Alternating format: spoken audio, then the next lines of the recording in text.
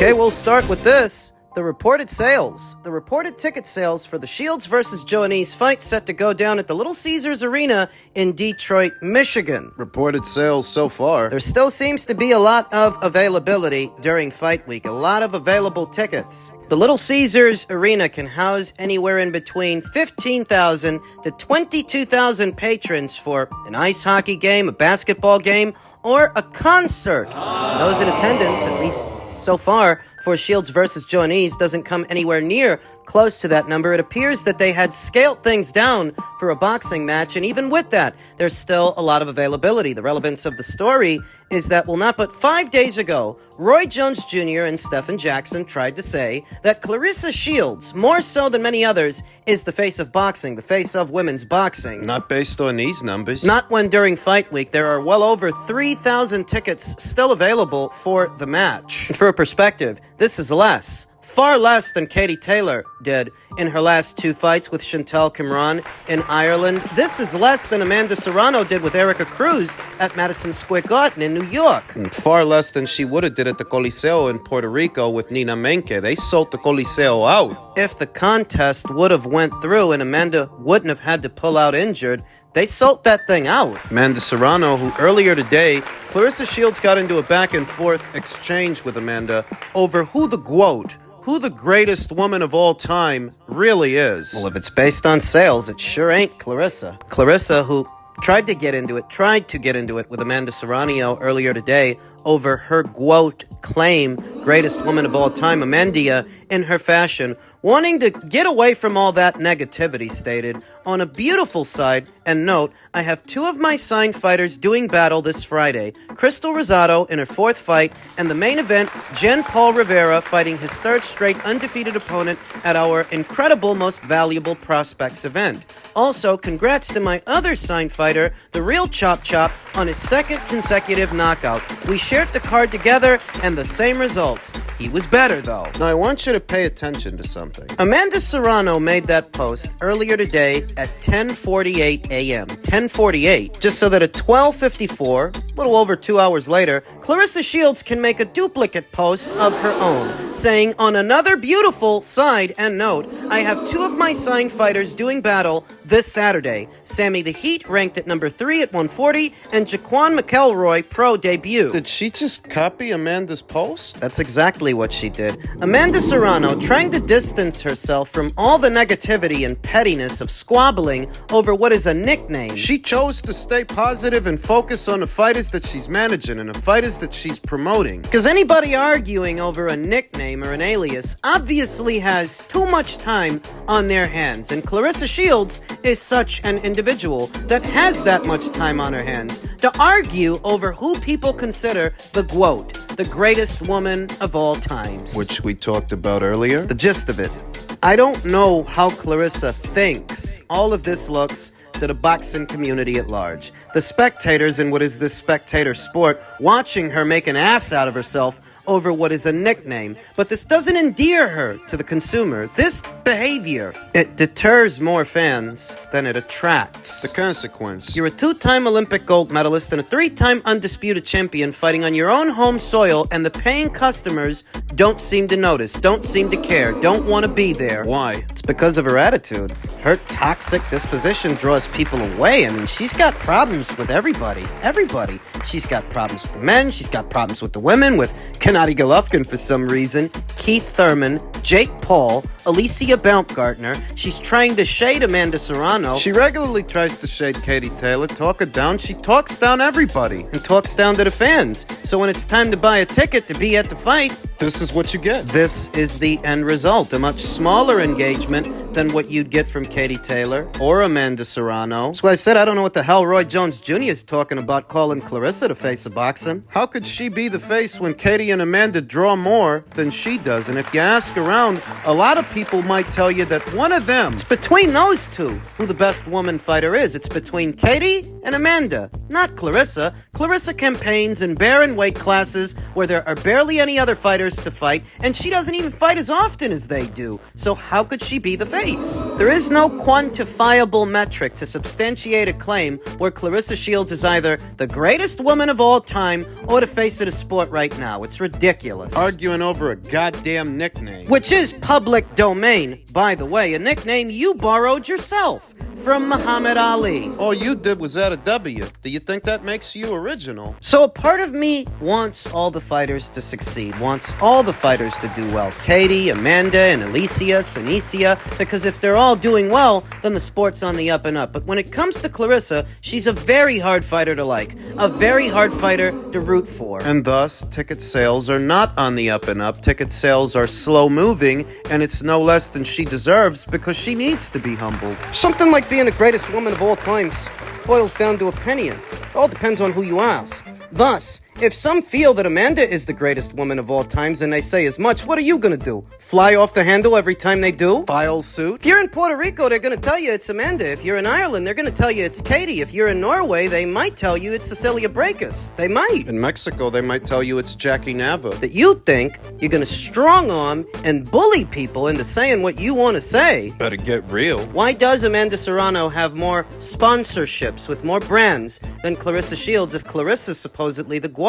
It's because Clarissa's not a likable person. Even if she's a great fighter. You know that Alicia Baumgartner has not yet caught up to the number of accolades and accomplishments that Clarissa Shields has as a pro boxer, but she is a far more marketable fighter, likable fighter, than Clarissa, because that's how repugnant and repulsive Clarissa's attitude is. Girl's her own worst enemy, and she needs to check her attitude. This is only holding her back. It's already an uphill battle in America for a woman boxer, but you're literally making it worse. Men's super middleweight news. It would appear that plans are underway to put Canelo Alvarez in the ring with Edgar Berlanga for what is the very near future. Of the names in the hat for Canelo Alvarez's next fight, there's Edgar's name, which I just mentioned, and Chris Eubank Jr. In my previous video, we talked about the probability of that fight not happening because most of Chris's name value is in the United Kingdom, exclusive to the UK. And unless Canelo's going to fly out there, they won't be able to meet Chris's demands over here, as he's not worth over here what he's worth over there. So that doesn't seem likely to me. Edgar seems more likely. Puerto Rico versus Mexico. Another chapter in that saga, that long-standing rivalry, though let's not kid ourselves. This isn't Oscar De La Hoya versus Felix Trinidad per se, or Canelo versus Cotto. Edgar is a much less experienced fighter and a less established name. So this addition to the saga doesn't pack the same punch or the same luster, the same prestige. But this really ain't Salvador Sanchez versus Wilfredo Gomez. This ain't that kind of Mexico versus Puerto Rico fight. Edgar isn't anywhere near as proven as Canelo Alvarez. I don't even consider him Canelo Alvarez's contemporary. Not really. Came up behind him. And being honest with you, he hasn't accomplished very much. He hasn't done a whole lot. He has yet to have fought for a full-fledged alphabet title in his time. I suppose it doesn't help that Canelo's had all of them for the last 2 or 3 years. So where would he have gotten a chance? But he still hasn't. He hasn't proven himself to be a champion fighter, a champion-level fighter, let alone a pound-for-pound fighter like Canelo. So even though this is Mexico versus Puerto Rico and another addition to that long-standing rivalry, it lacks the luster, the appeal of previous installments and additions to that saga. Salvador Rodriguez, otherwise known as Chava ESPN, seems to be hinting that that fight is underway. Edgar Berlanga himself, Edgar took to his social media and said, "Through the glory of Jesus Christ, my first pay-per-view fight will crack 1 million pay-per-view buys." Now, who, pray tell, could he crack 1 million pay-per-view buys with? It's gotta be Canelo. You think this fight would do 1 million buys? Absolutely not. No. I don't, but Edgar does. It sounds like Edgar's talking about a Canelo Alvarez fight. Maybe he gets it on the premise that he is his WBA mandatory challenger, and a fight with him, well, it would sell more for Canelo than, say, a fight with William Skull or a fight with Chris Eubank in America. A fight with Edgar would sell more than a fight with those guys, but not so much more that they end up doing 1 million or over $1 million. I think Edgar, like many others, is overestimating the commercial value of this show just because it features a Mexican fighter versus a Puerto Rican. Certainly, that will galvanize some fight fans, though not enough that I think it does $1 million. They're overstating it. Edgar is overshooting it. I don't think it does $1 million. Maybe 500,000, maybe 6, but not $1 million. 7? Because it hasn't been built up enough. You know, the Puerto Rican fight fans out there, loyal fight fans that they might be, they don't necessarily feel about Edgar what they felt about Felix Trinidad going into the De La Hoya fight, or what they felt about Miguel Cotto going into the Margarito fights or the Canelo fight. He's not there yet, and this fight hasn't been built up enough. So I don't think we're looking at a situation where it does $1 million buys or some astronomical number. I don't think that. With the landscape today, least of all, things are more unstable now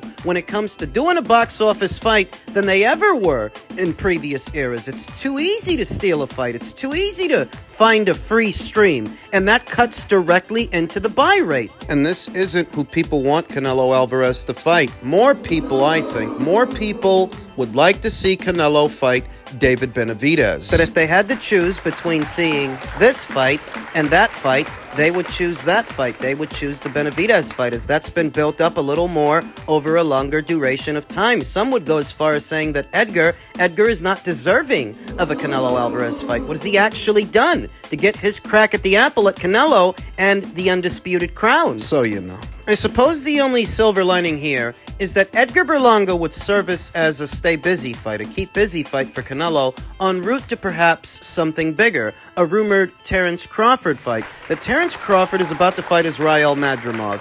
If he wins, and he wins in good fashion, that brings him closer to a Canelo Alvarez fight that His Excellency, Mr. Turki Al-Sheikh, would be willing to pay for. So when you add that context, that would make Edgar little more than just a stay busy fight for Canelo en route to something bigger. That's any consolation. That means that an Edgar Berlanga fight would be billed as a pay-per-view. I'm not crazy about that. It would take a hell of a strong undercard for me to want to buy it. And is there going to be any involvement from the PBC on Amazon? Edgar is not one of their fighters. Canelo Alvarez himself doesn't require any involvement from them. No, Edgar's with Matchroom. In a situation like that, you can leave Matchroom at the helm of the promotion. They can promote the show. What would he need from the PBC? That'd just be another hand in the cookie jar, wouldn't it? See what shakes out. We'll see what happens as more information is made available. Just in keeping with the theme of all things Canelo Alvarez, Terence Crawford has insisted that he'd rather fight Canelo than Jaron Ennis next.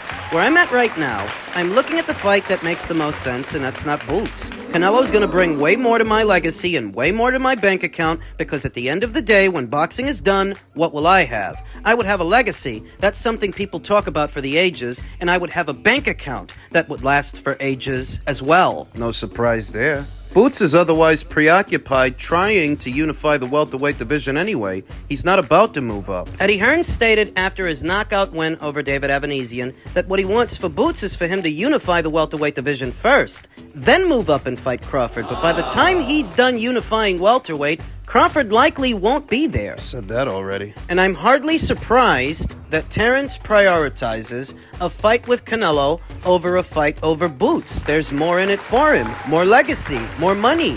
It's obvious, even though it's less winnable and it's more dangerous. Fortune favors the bold. Nothing ventured, nothing gained. There are big risks associated with moving all the way up there to 168 to take on Canelo Alvarez, who's not your average 168-pounder. In a manner of speaking, there are not that many fighters out there as experienced as a Terence Crawford. Canelo Alvarez is one of the few guys you can say might be more experienced than Terence. More rounds in the bank, more fights, on bigger stages, more often. Canelo's seen it all. Been through it all. The highs and the dramatic lows, victory, defeat, and rebounding from defeat. Terence Crawford is a confident fighter, but so is Canelo Alvarez. And for the right price, he might do this. Now, this is a fight that I think would do over 1 million buys. At or around 1 million, because it brings two different demos to the table. The people who support Terence Crawford in tandem with the people